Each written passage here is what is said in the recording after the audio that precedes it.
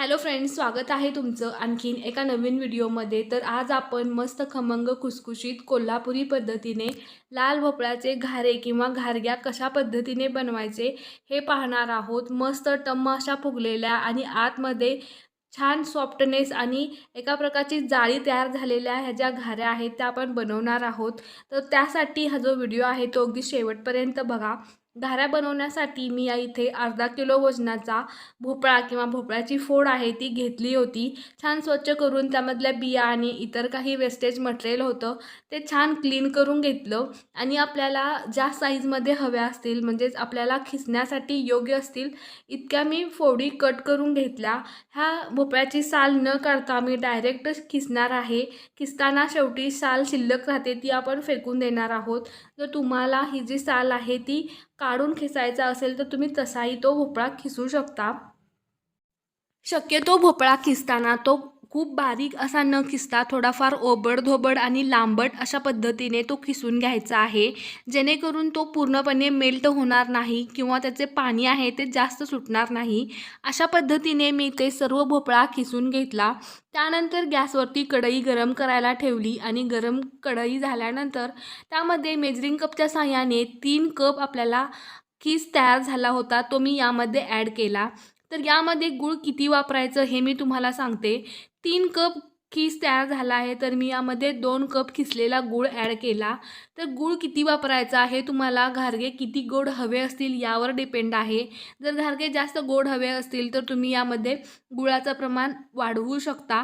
जर तुम्हाला गूळ वापरायचं नसेल तर तुम्ही यामध्ये साखरही वापरू शकता, पण गुळाने आपली पारंपरिक चव कायम राहते यासाठी मी गूळ यामध्ये ॲड केला। गूळ थोडाफार मेल्ट झाला की भोपळ्यामध्ये अशा पद्धतीचं जे पाणी आहे ते पाणी सुटतं।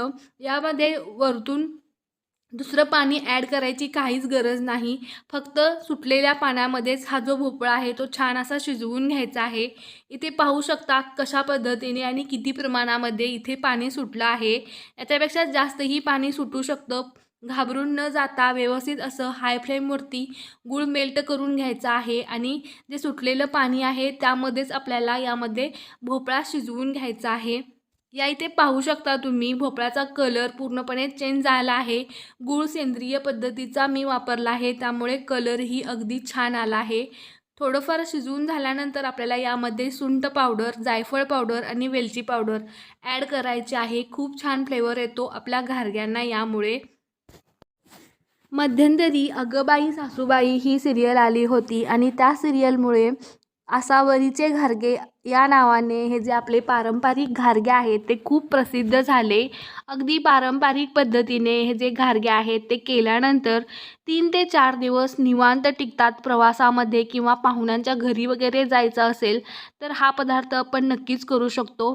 ऑलमोस्ट आपलं हे जे सारण आहे ते तयार झालं आहे। भोपळा शिजला आहे की नाही हे तुम्ही अशा पद्धतीने चेक करू शकता। छान स्मूथ असा हा जो भोपळा आहे तो शिजला आहे। आपल्याला हा जो भोपळा आहे तो छान थंड करून घ्यायचा आहे। त्यानंतर आपण याचं कणिक मळून घेऊयात। आपलं हे जे सारण आहे ते छान थंड झाल्यानंतर मी एका मोठ्या कढईमध्ये ते ट्रान्सफर करते। शक्यतो आपण जेव्हा ह्या ज्या घाऱ्या बनवतो तेव्हा त्या दाताखाली चावल्या जात नाहीत। चावताना आपल्या जे हिरड्या आहेत त्या खूप दुखतात। तर सॉफ्टनेस यावा यासाठी मी यामध्ये 1 कप बेसन पीठ वापरलं आहे। जर तुम्हाला यामध्ये तांदळाचं पीठ वापरायचं असेल तर तुम्ही तेही वापरू शकता। त्यानंतर अशा पद्धतीच्या चमच्याने आपल्याला यामध्ये गव्हाचं पीठ वापरायचं आहे।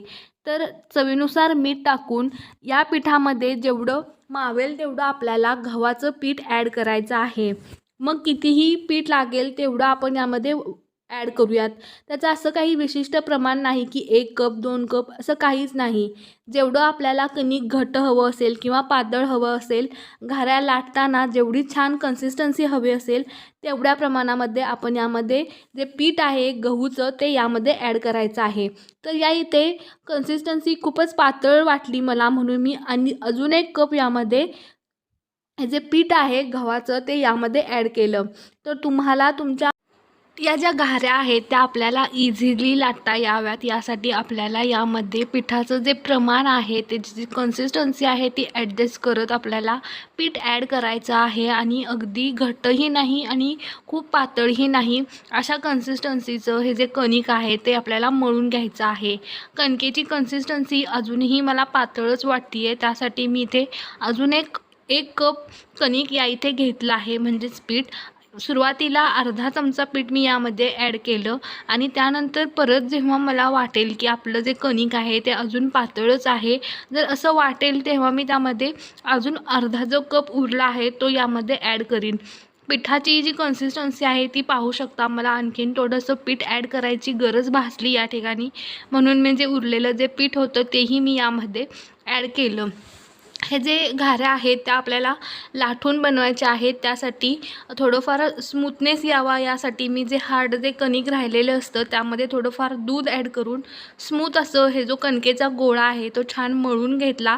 आपल्याला छान एकजीव असं करून घ्यायचं आहे, म्हणजे थोडा वेळ जास्त रगडून मळायचा आहे, म्हणजे आपल्या ज्या घाऱ्या आहेत किंवा घारग्या आहेत त्या छान स्मूथ आणि टम्म अशा फुगतील, दाताखाली चावताना खूप इझिली चावल्या जातील. त्यानंतर मी चमचा 2 चमचे तेल यावरती ओतून छान स्मूथ असं मळून घेते, म्हणजे आपल्याला लाटताना काही फारसा त्रास होणार नाही, व्यवस्थित स्मूथ असं आपल्याला लाटता येईल. कणिक आहे ते थोडं रेस्ट होण्यासाठी 5 ते 10 मिनटं आपल्याला असंच ठेवून द्यायचं आहे, म्हणजे सर्व कणिक व्यवस्थित मुरेल आणि गुळाचा जो गोडवा आहे तो पिठामध्ये व्यवस्थित असा मिक्स होईल, यासाठी आपल्याला थोडा वेळ रेस्ट होण्यासाठी हे ठेवून द्यायचे आहे. कणकेची कन्सिस्टन्सी तुम्ही इथे पाहू शकता. कणिक रेस्ट घेत आहे तोपर्यंत मी कढईमध्ये तेल गरम करण्यासाठी ठेवून देते. मळून ठेवलेलं कणिक जेव्हा पूर्णपणे छान सॉफ्ट असं भिजलं जातं तेव्हा अशा पद्धतीने मी मोठा गोळा घेऊन पिठामध्ये डीप करून एक मोठी पोळी लाटून घेणार आहे. या इथे शक्यतो घाऱ्या या जाडच असतात, त्यामुळे आपल्याला कणकेचा गोळा थोडाफार मोठा घेऊन तो जाडसर असा लाटून घ्यायचा आहे, पूर्ण पोळपाट भरून. इथे कणिक कशा पद्धतीने सॉफ्ट झाला आहे तुम्ही पाहू शकता. पोळपाटला अजिबातही ते चिटकलं नाही. पिठाचा वापर थोडाफार कमी करायचा आहे, जेणेकरून पीठ तेलामध्ये जास्त वेळ जळणार नाही, त्यामुळे आपलं तेल खराब होणार नाही. या इथे मी पूर्ण मोठी अशी पोळी लाटून घेतली आहे आणि धार असणारं एखादं टोपण किंवा काहीही तुम्ही प्लेट वगैरे घेऊन त्याला अशा पद्धतीने कट करून हव्या त्या आकाराच्या घारग्या तयार करू शकता. मी ते जे घारी तयार केली आहे त्या घारीचा थिकनेस तुम्ही पाहू शकता. फार जाडही नाही आणि फार पातळही नाही, अशा पद्धतीची घारी मी या इथे तयार केली आहे. घारी खूप जास्त पातळ लाटली तर ती चावली जात नाही किंवा ती कडक होते, आणि जास्त जाड लाटली तर ती काहीतरी वेगळीच ओबडधोबड अशी दिसते आणि खूप पिठाळ अशी लागते, म्हणजेच ती तळली जात नाही व्यवस्थित. आपलं जे तेल होतं ते छान गरम झालं आहे. तेल गरम झालं की त्यामध्ये एक एक अशा आपण घाऱ्या तळून घेऊयात. सुरुवातीला घारी टाकल्यानंतर ती आपोआप वरती येते आणि टम्म अशी फुगली जाते. त्यानंतर तेलाचा छिडकाव अशा पद्धतीने केल्यानंतर तुम्ही ते घारी पाहू शकता ती कशा पद्धतीने फुगली आहे. छान अशा लाटल्यानंतर त्या टम्म फुगतात आणि अगदी गोल्डन कलर येईपर्यंत आपल्याला त्यांना फ्राय करून घ्यायचं आहे. गुळाचं आणि डाळीच्या पिठाचं प्रमाण व्यवस्थित असं जमलं की घाऱ्या छान अशा जमतात. या इथे पाहू शकता किती छान टम्म अशी घारी फुगून तयार झाली आहे. गोल्डन कलर येईपर्यंत आपल्याला त्याला फ्राय करायचं आहे. मी ती घारी फोडून दाखवते. पाहू शकता किती कुरकुरीत आणि आतमध्ये कशा पद्धतीच्या लेयर्स यामध्ये सुटल्या आहेत. खूप छान चवीला लागते ही घारी. मी अशा पद्धतीने सर्व घाऱ्या तळून घेते. दुसरी ही घारी मी या इथे तेलामध्ये टाकली आहे, तीही कशा पद्धतीने फुगून वरती येत आहे ते तुम्ही पाहू शकता. जर यामध्ये गव्हाच्या पिठाचं प्रमाण जास्त झालं तर घारीमध्ये भोपळ्याची चव राहत नाही आणि थोडंफार प्रमाण इकडे तिकडे झालं की ते घाऱ्या फुगत नाहीत. मग घाऱ्या फुगत नाहीत म्हणून आपण थोडंफार जाड करण्याचा प्रयत्न करतो. मग जाड घारी लाटली की ती चवीला काहीतरी वेगळीच लागते. मग अशा पद्धतीने अशा प्रमाणामध्ये जर तुम्ही घाऱ्या तयार केला तर खूप छान खमंग आणि खुसखुशीत अशी ती लागते. कोल्हापुरी पद्धतीने ह्या ज्या घाऱ्या आहेत त्या छान अशा तयार झाल्या आहेत. अर्धा किलो भोपळ्यासाठी प्रमाण पद्धतशीर असं या इथे मी वापरलं आहे. सर्व घाऱ्या छान खुसखुशीत, खमंग आणि कलरही छान आला आहे. शक्यतो अर्ध्या भोपळ्याच्या घाऱ्या खूप साऱ्या होतात. या इथे पूर्ण बुट्टीभर अशा घाऱ्या तयार झाल्या आहेत. जर व्हिडिओ आवडला असेल तर नक्कीच लाईक, शेअर, कमेंट आणि चॅनलला सबस्क्राईब करायला विसरू नका.